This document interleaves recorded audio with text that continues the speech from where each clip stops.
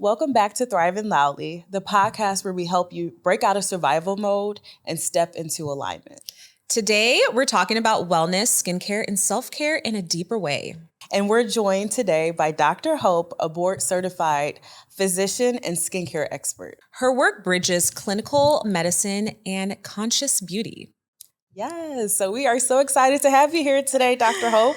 Thank you for having me. Thriving Loudly, yay! Thank you. It's nice to be here. It's lovely to meet you, ladies. Yes, likewise. I'm so excited. I will say, I love skincare. Like that is just, oh my God. I'm like a skincare connoisseur. So I'm happy to dive into everything that you have to offer and your background and just tell us everything. Oh, wow. So we can start with like, what inspired you to start your brand?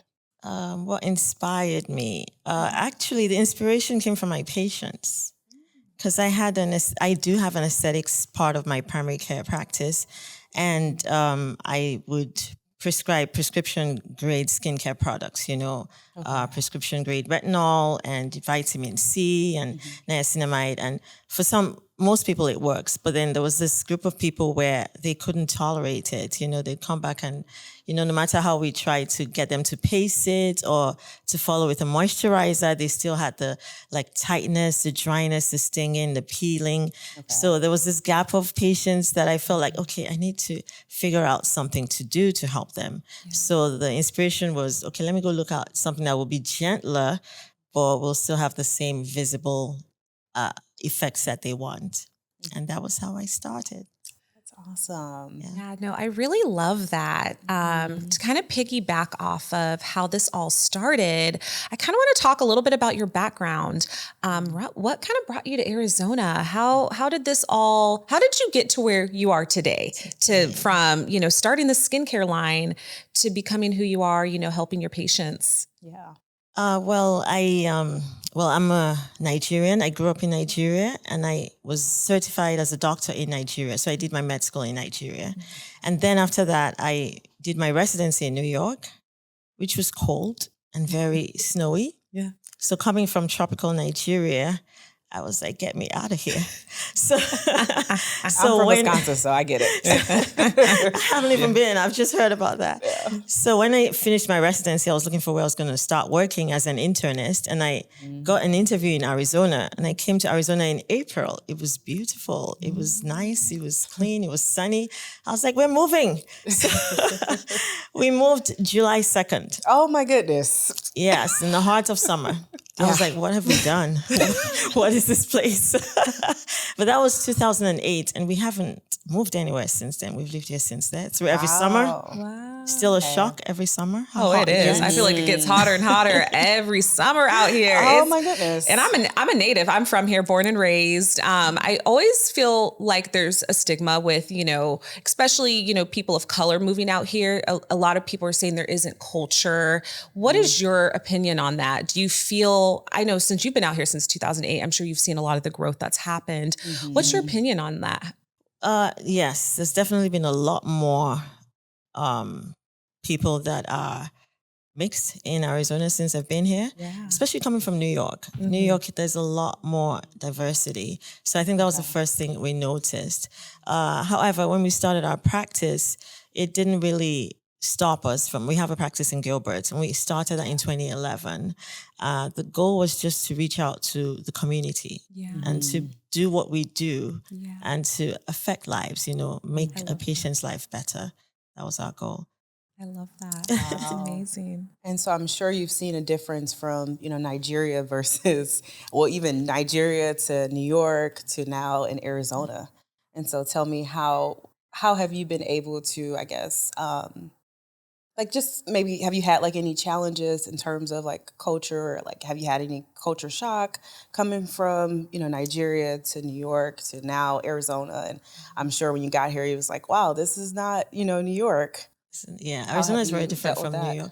From Nigeria, we lived in Trinidad and Tobago for about 6-7 years. Okay. So that was a different culture, the Caribbean. It's very different from Nigeria. Yeah. And then in New York, when I did my residency, it's a small hospital in New York and there's 17 residents per set. Mm-hmm.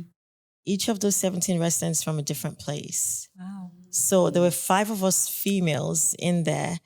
One was Indian, one was Nigerian, one was Romanian, one was Russian, and one was Ukrainian. Okay. We're all from different places, but we are still very close today. Mm-hmm. So I got to appreciate the fact that people are inherently the same, even though cultures are different. Yes. And I think that taught me the biggest lesson was during my residency, that we all feel the same, we cry the same, we hurt the same, we laugh the same, you know. And it's just kind of getting to see people behind. I love that. Me Yeah. too. I 100% agree with that. And that's absolutely how I feel. It's, you know, you can just learn so much from just different people, from different walks of life, from different cultures. And, you know, I really appreciate that too. Yeah. That's I will say amazing. that too, because when I lived in Houston, I lived in Houston, Texas for 2 years. And that place is like really a melting pot. It kind of reminds me like of a New York or Chicago. I grew up going back and forth to Chicago as well. And then moving here to Arizona, it's like, wow, you know, this is different in terms of culture. But, you know, you just learn like everybody, we are at the same time, you know, we all bleed the same, like you had said. So I think that's something important to definitely keep in mind. Okay, so we can dive a little bit more into like skin health and wellness. How do you feel harsh skincare products affect skin barrier? So like from your experience. I think a lot of times it's overusing the products or using too many products, or layering too many products on. That can really affect the barrier. Sometimes people are, you know, they feel like, oh, my skin is tight or it's dry. I need this. And, oh, this is also good for this. I need this. Oh, this is also good for, and they don't realize they're layering on too much and the skin gets overwhelmed. The barrier is the surface, you know, the outer surface of the skin. And that is really the part we want to protect. We want to keep it intact. And if we're overusing or even over cleansing or not using the appropriate cleanser for our skin type, we can actually distress the barrier. Yeah, I've noticed that. I used to have really sensitive skin growing up as a teenager, and I would use like Neutrogena. That was like a staple for me as a teenager. But I noticed that it would always irritate my skin. One, I noticed that I wasn't using skincare products that was actually in alignment with my actual skin. So I have more of dry skin. When I was younger, I had more combination skin. And so I was using products for like acne prone and like oily skin, and it was just not doing what it was supposed to do for me. So as I experimented, I was like, oh, okay, this is why, you know, and I changed different products. I saw like a difference in my skin, which kind of led me to create a skincare line myself just because of Good for you. just because of what I saw, you know, growing up with my skin and how my skin changed when I use, you know, different products. So Your skin looks amazing, by the way. thank you. This is makeup right now. But thank you. So I love to hear that. Yeah, I like what you said about, you know, people are just layering on products. They're maybe not understanding their skin type. And I feel like a lot of it has to do with maybe a little bit of overconsumption. You know, you're sold a lot on the internet with just influencers saying, this is the new product that just came out. This, you need to get this, and you need to try this face mask. What do you think a person can kind of do to kind of start the correct type of skincare journey? I think a lot of women nowadays, especially even teens now, are seeing influencers, you know, do all these like beauty routines, and they're just trying to layer on those products, even though their skin isn't ready. What would you say for someone who's starting out and what they should be prioritizing in their skincare routine? I would say they should start out being gentle to their skin. You know, get a gentle cleanser, cleanse gently. Don't over exfoliate. Don't be rushing with scrubs all the time. No, start out gently, and then just focus on moisturizing and SPF. Yeah. That's it. Yeah. I feel like we forget that even, you know, especially out here, you know, you Oh my goodness. gotta be wearing sunblock, and it doesn't matter, you know, any type of skin color. Exactly, like even for our skin, you know, I think a lot of times we neglect it, you know, because we feel like, well, we don't need it. You know, we can just be out in the sun, but no, I mean, it can still damage your skin. And with your products, do you have any products that we could see that have SPF, or do you have any recommendations, for SPF products for, women of color?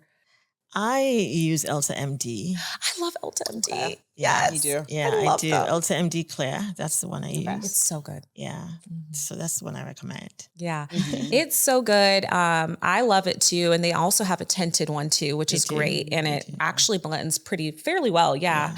And I really like it. And again, there's no white cast. Exactly. Yeah. Perfect Which for is us. so important. Yeah. Yes. So it's good. I really love that product. That's actually why I had stopped wearing sunscreen, because I could never find the right one. sunscreen for me. It always just left like that film. So I was just like, And that's why maybe a lot this of is not for me. Yeah. A lot of us don't use it because they feel like, oh, it's not made for us. Yeah. But the Ulta MD Clear works for me. It doesn't leave a film. It's I have to great. definitely check that out. How would you say skin is connected to our overall health? I know it's our largest organ on our body, and I think a lot of people don't realize that. So how would you say it affects us? Yes, it's the largest organ in our body. The other thing is that skin is actually connected to our stress response pathway. So you know how we talk a lot about, how stress can affect our health. Yeah. Stress can affect our skin as well. So what we're realizing, now the conversation is shifting to actually paying attention to stress regulation, even as it relates to skincare, not just for, taking care of your blood pressure, not just for taking care of your memory as well. Now we're paying attention to skincare being a way of regulating stress to improve your skincare. Yeah. That's really interesting. Yeah, I can see the correlation, especially when you think of some people that are like really stressed and they start breaking out. So I can definitely see that. Yeah, and I think that's a good point to bring up too, because I think it really all does connect, because when you even think about when you have a lack of sleep, that affects your skin. I think you can do all the creams, all the treatments and all the procedures in the world, but if you're not working on like the foundation, which is like good sleep, what you're putting into your body, none of that's going to help. It's going to show eventually. And so I think that's really important that, kind of regulating your nervous system is important if you want to have overall great health and really glowy, dewy skin, because I think it all really connects. I agree. To piggyback off of that as well, because I know like with inflammation too. Yeah. Whenever, I'm stressed, I may have like breakouts, and I even notice that I start to get inflamed. Yeah. So I can definitely see that as well. Yeah. Also, hydration is important. Yes. And we need it out here. Oh my goodness. We Especially sure with do. this 100-degree weather. In Oh March. my gosh. It's March. March, you guys. Like, this is crazy. What are we going to do in June and July? It's going to be miserable. What has been one of your like biggest shockers since living out here? The heat, for sure. Every summer I'm still shocked. Yeah. Every summer. It's still a rude awakening. Yeah. I'm convinced it doesn't get easier. And, And you're a native. and I'm a native. I feel like it's gotten hotter and hotter. I feel like when I was a kid, springtime, it wasn't as hot at all. It wasn't like this. I feel like it's just, I don't know if it's just, we're just growing, and it's just like the heat, it just keeps rising. I have no clue. Global warming. I don't know what's going on, but it's getting scary. It's getting scary. Yeah. For March.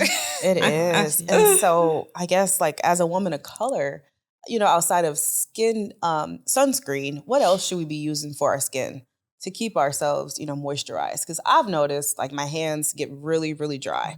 Anytime I would say it gets over maybe 90 degrees, like I'll notice that I'll start to get like really dry. And I use shea butter, I use coconut oil, everything. But it's like I have to constantly keep applying it. Yeah. So what would you recommend? The thing with things that we use right now is how they're formulated. So a lot of things are formulated with oil and water emulsion. And so when you use an oil and water emulsion, it tends to evaporate quickly. And because we live in Arizona and it's so dry, we lose that faster than somebody who live in Hawaii, for example. So we would want to use something that's formulated a little differently. Okay. So water and oil emulsion will tend to hold the water on the skin longer than the oil and water emulsion. It's hard to know which is which because it won't really tell you that on the label. But usually, you know how hand creams are? They feel a little differently. Yeah. Yeah, and like foot creams. So those are usually made with those water and oil emulsifiers, and that's why they are good for the hand and the feet because they will last longer. Shameless plug here. Hey. My Superior Refining Serum is formulated as a water and oil emulsion. Okay. But it's a different type. So you can use it on your face and it just gives you that silky glide, but still you retain the water show us? longer. Sure. Which one is it? Yeah, we'd love to 'Cause dive I'm into it. actively looking for something. All right. So this is like, the you can Superior put some on Refining me. Serum. So I'm like, I need some. Thank you. Wow. Oh yeah. I love the thickness of it. Mm-hmm. Ooh, yeah. Oh yeah, this is gonna last for sure. This Wow. is nice. Yeah, and so this, because it's a water and oil emulsion, it's formulated to go on after the oil. So that's why with my routine, the oil is first, and then this goes on after the oil. So it layers beautifully after the oil, and then that traps the water in between those two layers, and that lasts longer. Wow. Yeah, I see a difference. I had put some lotion on, and now just putting this on, I see a huge difference. Yeah, no, it's really nice. It's Yeah. really nice. Okay. Thank I you. love that. So, what makes your formulas unique from other brands in your category? Well, She's like, I can't give away my secret sauce. well, yeah, all the secrets. Yeah, Well, I think personally, I researched the ingredients and I set out to find ingredients that I would put in for specific reasons. Okay. So not putting things that we didn't need, not putting things that were unnecessary. Everything in there is intentional. So I had the patients and I was like, okay, I got to help them with this and that. So I had to go research the gentle ones that they could use, which I found a whole slew of botanicals that have actually been studied and been shown to have effects that will actually support the tone of the skin, support the appearance of firm lines, support the nourishment of the skin and hydration. And I had to mix the oil and the water in such a way that you have the water phase being almost like a gel that's trapped in the oil. And so you're not just holding water in the skin, you're letting it stay longer, even in contact with the skin. So it was a lot of research, and then figured out that, okay, we're going to make it 2 products so that way you cut down the complexities of the 8 steps that some people just don't want to do, and make it easier for them to be consistent with using it. Because at the end of the day, you want the person to be able to stay doing. It's kind of like exercise, you know. Yeah. You want to do something that you'll be able to do consistently, so It's a you see the routine. results as a routine. So I say, if make it 2, that's easier for people to do, and then we can see the results. I like that. So walk us through like the system, just so I can better understand. So how is the first step is our brilliance oil, and I can put a drop in your hand if you'd like. Sure. Yeah. Do it. We'll stick with that same hand.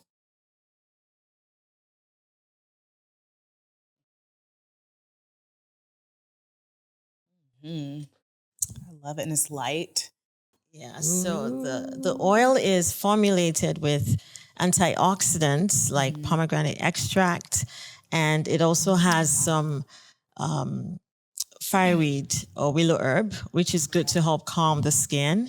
I love that. Yeah. So that actually helps to start stabilizing the skin and preparing the skin for the serum. So we just did it backwards. So the oil is usually first and then the serum is next. But the goal is to it's lightweight, so it glides easily. You just put 1 drop on each cheekbone. If you have really dry skin like I do, you put 1 more on your forehead and you just use your fingertips, you know. Most times if we rub on our hand, we lose all the product in our hand. Yeah. And this is a concentrate, so you don't want to lose it in your hand. So you want to use your fingertips and use it all over your face, over your décolleté and your neck. And usually that's all I do that, and it extends all the way to my neck. Okay. And then I put just that one pump like I did on your hand. And then I do the same thing of the serum and just gently glide it around. Now, the serum is the one that has that water phase. The water phase has snow mushroom extract, which is similar to hyaluronic acid. It's a plant alternative to that. And that actually has like a gel-like film. So I have that, and I have aloe vera, and aloe vera I love juice. aloe vera, yeah. And then I have inulin, which is a prebiotic. And so those three create what we call like a hydration scaffold in the serum. And then it's cushioned with the lipids that are in it. So I looked for lipids that would have fatty acids that are similar to what we have on the skin. So on the skin, on our barrier, we have like ceramides, we have the sterols, we have the lipids. So I looked for oils that would have similar lipids like that will help cushion and nourish the skin. So the goal, the intention is to support the skin and kind of keep that barrier intact. I love that. Yeah. And so is this just a moisturizer, serum and moisturizer, or is it like so the whole serum is your system? moisturizer, basically. Okay, that's all you need. That's all you need. You just need the oil first, and then the serum, and then your sunscreen. I love that. That's amazing. So what challenges did you face getting a brand off the ground, especially in beauty and skincare? I mean, it's a very competitive market and industry. It seems like everybody's trying to get their piece of the pie. Even celebrities are, launching skincare brands. Yeah. So what challenges, if there's someone out there that's maybe interested in starting a brand, or in a space like this, what challenges did you face, and what advice would you give somebody? I think the biggest challenge is really believing in yourself. Yes. And just not quitting, because like you said, it's a saturated market, and there's so many out there. And the first time I got the impression to do this, I was at a vision board retreat for the first time in my life, and I was making a poster board, a vision board, and I was thinking of my aesthetics practice, and I was thinking of, okay, what will I put on a poster to kind of, denote what I'm going to put in the practice. And I was looking at different pictures from magazines, and I was like, well, what if something happens to this one? And what if this one, they find something wrong with that one? And and I was just thinking, well, which one will I put on? And I just got the thought, well, why don't you make yours? And I was like, oh, that's why I'm here. But as soon as that thought came, it was like, no, you can't. It's super saturated. Nobody knows. You're not a plastic surgeon. You're not a dermatologist. 101 reasons why you shouldn't and can't, will flood your mind immediately. And that was when I realized, well, this is bigger than me, and this is going to have to take God, and I'm just going to have to believe that God is going to come through. And so lots of prayer and lots of just staying the course, and then doing your part, finding out, okay, what do I need to do, and how is this going to work, and who do I need to talk to, because I hadn't done this before. So it's finding the right people and the right connections, and just staying consistent. Like even when you feel like giving up, because I had to go study. I did like a 3-year program in an entrepreneurship program in organic cosmetic science. And so it would be going to work and then going to the library. And my kids would be like, Mom, what are you doing? I'm like, I'm going to school, and then formulating in my kitchen and doing the projects and the quizzes. And sometimes late at night, you mix things, it doesn't come together, and you're frustrated, and, you're like, throw it all away. And, so it was just staying through that, and just constantly saying, okay, just keep going. Yeah. And I think that's the biggest challenge, is just believing in yourself and not quitting. Yes. And no matter what everybody else is doing, just believe in yourself and just keep going. I can definitely identify with that, especially with having my skincare line, because I kind of felt the same way as well.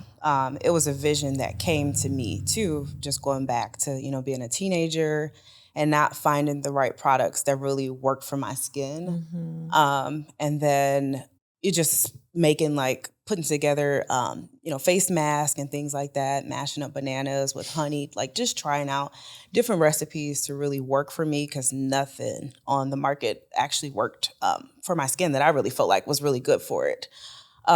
So I can definitely identify with that. But then also, I was lucky to have my ex who had a background in chemistry, had a doctorate in engineering, but he had a science background. And so he was able to sit with me and like really help me to develop some recipes that actually worked that I could sell, for skincare products. But it was kind of the same journey for me too, where I'm like, oh my God, I don't have a background in this, this is just a passion. Are people going to buy from me? I had to really believe in myself and overcome a lot of things. And once I did, I was able to really get it out there. And I got it into like local retailers in Wisconsin, which I was just so proud of myself. I was only 25, 26, doing all of this. Job. Yeah. That's not easy. It's not easy. Yeah. And then when COVID happened, that's why I no longer have it. When COVID happened, I was working with the manufacturer, prices on raw materials, the packaging, all of that like skyrocketed, things shut down. And I was just like, oh my God, how am I gonna keep doing this? My customers are calling me for orders. I'm freaking out. I'm like, what are we gonna do? And so I had to close it. So when you say keeping the faith, I'm like, I understand that. Like you have to. And and the competition as well, because I felt that way too. Like, there's so many people that's doing this. And like you said, there's so many, celebrities that are pushing these products. I mean, some of them don't even believe in it. They just have their face slapped on these products. And here it is, this girl from Wisconsin that's making this stuff in her kitchen, and it's like, are they gonna, want to buy my products? So I definitely understand that.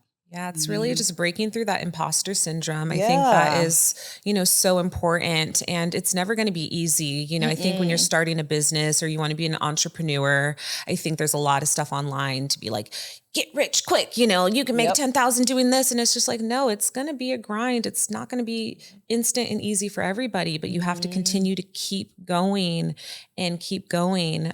Just even with what I'm doing and, getting into content creation and making this a full-time thing, it took me, 7-8 years before it became like a full-time job. You know what I'm saying? And that's not, everybody's story, right? But you just keep doing it. If you love it and it's a passion of yours and you believe in what you're building, it can happen. And, you got to keep the faith. Yeah. And I just love that. I love that about you. And I love that you got educated, you kept going, you kept mixing, you just kept doing it, even with having your practice, right? Yep. And sometimes you got to, after you get off your 9 to 5, it's doing your 5 to 9. It's your side hustle. And that may be like that for a little bit until it gets off the ground. You have to grind. Yeah. Mm-hmm.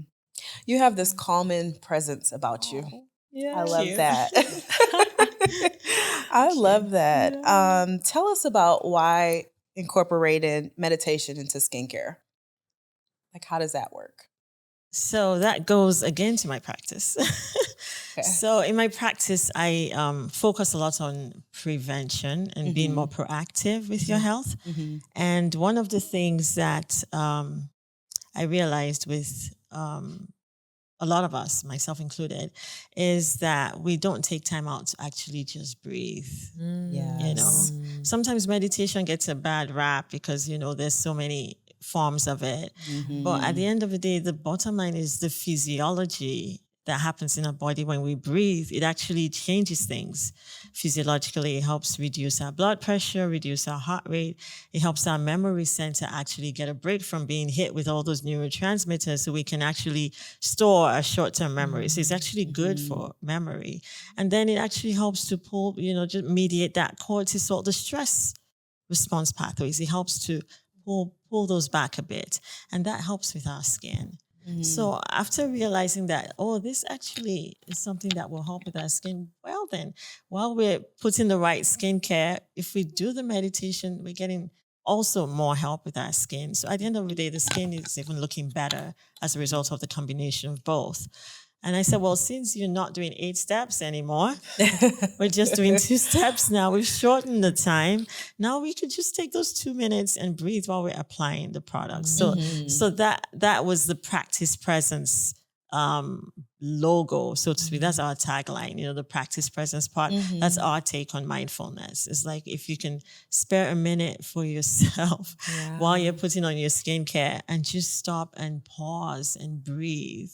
Because I say that every day. Yeah, slow down. I think it's very hard. I know I can relate to that because I feel like I'm very much go, go, go, go, go. And I'm like, oh, how much can I do in one day? And so I really appreciate that, you're really intentional about your products on just learning to slow down, being in the present moment. And I think a lot of us tend to kind of stray away from that, especially with our phones. And, it's so easy to be just stimulated all the time and, be accessible all the time, with emails and texts and DMs. And, I love that, you're very much pushing, like, it's okay to take a moment for yourself and practice being in the moment, practice being present.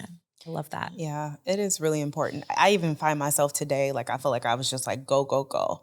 And I did meditate in the morning, but I still feel like I'm just like, what time is it? And so as you were saying that, I'm like, let me relax, because it's so important. It is. It is. I love that. What shifts are you seeing in the beauty industry? I'm seeing from where I am, I'm seeing shifts where people are actually now wanting things that are gentler. They're kind of pulling away from the aggressiveness and because they're realizing, and again, a lot of it is not necessarily that those things are bad. It's just the way we've used them or we've overused them. And so they're wanting things to be gentler. They're wanting a simplified approach. They're trying to find things that will give them just a consistent, result, as opposed to, it works. And then, it was working at first and now it's peeling my skin. And now, so I think people are starting to take the route of, I'll just go gentle and let's see what happens over time. Yeah, I like that because, there's just so much, studies, going on with, different products and chemicals being used in our skin and it absorbing into our bloodstream. And I think that's causing cancer and diseases. Absolutely. To bounce off of that, what are your thoughts on Korean skincare? That's a huge fad right now. That's a huge, wave on social media. I know I've personally, have loved Korean skincare. What's your take on that? Because I know there's like a 10, 12-step routine. There's all these different serums and things that they're doing. And I know there's people saying they're like 15 years ahead, with what they're doing with skincare. How do you feel about that? Or what are your thoughts? I That's think a lot of steps. That's First of all, I'm like 15 steps. Yeah. Wow. It's crazy. It's a lot. The truth is there are some people who love that, who just live for that and they want to do all those steps and they tolerate it fine. But then there are some people that can't tolerate that. It's too much. It's too much for them. So for my take is, what does your skin want? Yes. Pay attention to what your skin wants and then just do what your skin wants. Your skin will tell you. Yeah. Awesome. What are some of the trends that you're seeing in the beauty industry, especially for like women of color? I think the general trend is, trying to get pigments, hyperpigmentation corrected, trying to correct fine lines. Everybody wants the wrinkles to go away so we can have the smooth look. And a lot of changes happen depending on our seasons. So it used to be said that, black don't crack, because we felt like it. And it's true, it takes longer for our skin to show changes. But we're realizing now that we have to pay attention to the skin before the time when it starts to crack so that it doesn't have to go through all those changes at that time. So people are now paying more attention to, okay, well, I don't want to wait till I'm this age and then see this. I want to start now, which that's where I sit, as in be more proactive, start from sooner so you can start to condition your skin and start to nourish your skin and hydrate in anticipation for the seasons that are going to change so you have better support for when those seasons come.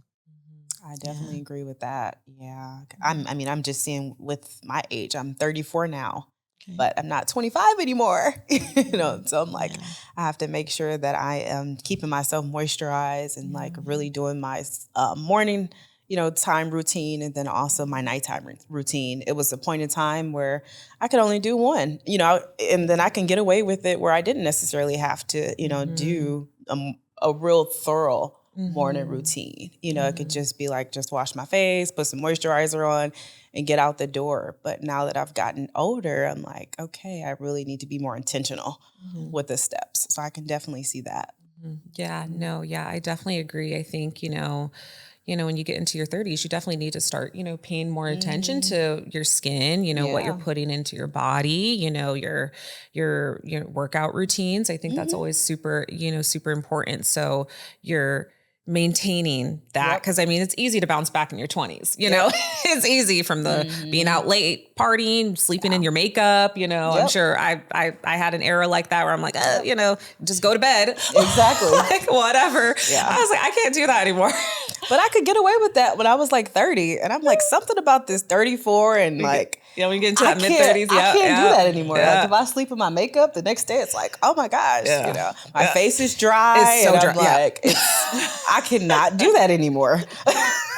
Well, kudos to you guys starting in your 30s. That's really good. Yeah. That's a good time to start. Yeah. And I'm not one really, I don't really like Botox or anything like that. So I'm like trying to stay away from it. I've never had anything done and like, knock on wood, I don't want to. So that's why I'm just like so big on skincare and using the right products that actually work for your skin and that are natural and good for you so that you don't have to, if you don't need to. Very good. Yeah, I definitely agree with that. How does, skincare connect to longevity? I know there is, obviously longevity, there's a big wave now with, preventative care. We kind of talked about that. What are your thoughts on the longevity piece for skincare? Yeah. So the barrier, that's where the barrier comes in. When the barrier is compromised, then that's when we run into trouble with our skin. That's when the skin can be what we call reactive. Okay. Now, if we are nourishing that barrier and keeping it intact, the barrier really is to keep things out of the skin. So if you're nourishing the barrier and keeping it intact, then that helps with the longevity of our skin as a whole. So that's why I think a lot of emphasis is on, making that barrier something that we pay attention to, as opposed to stripping it away with different things. You want to just keep it conditioned and hydrated.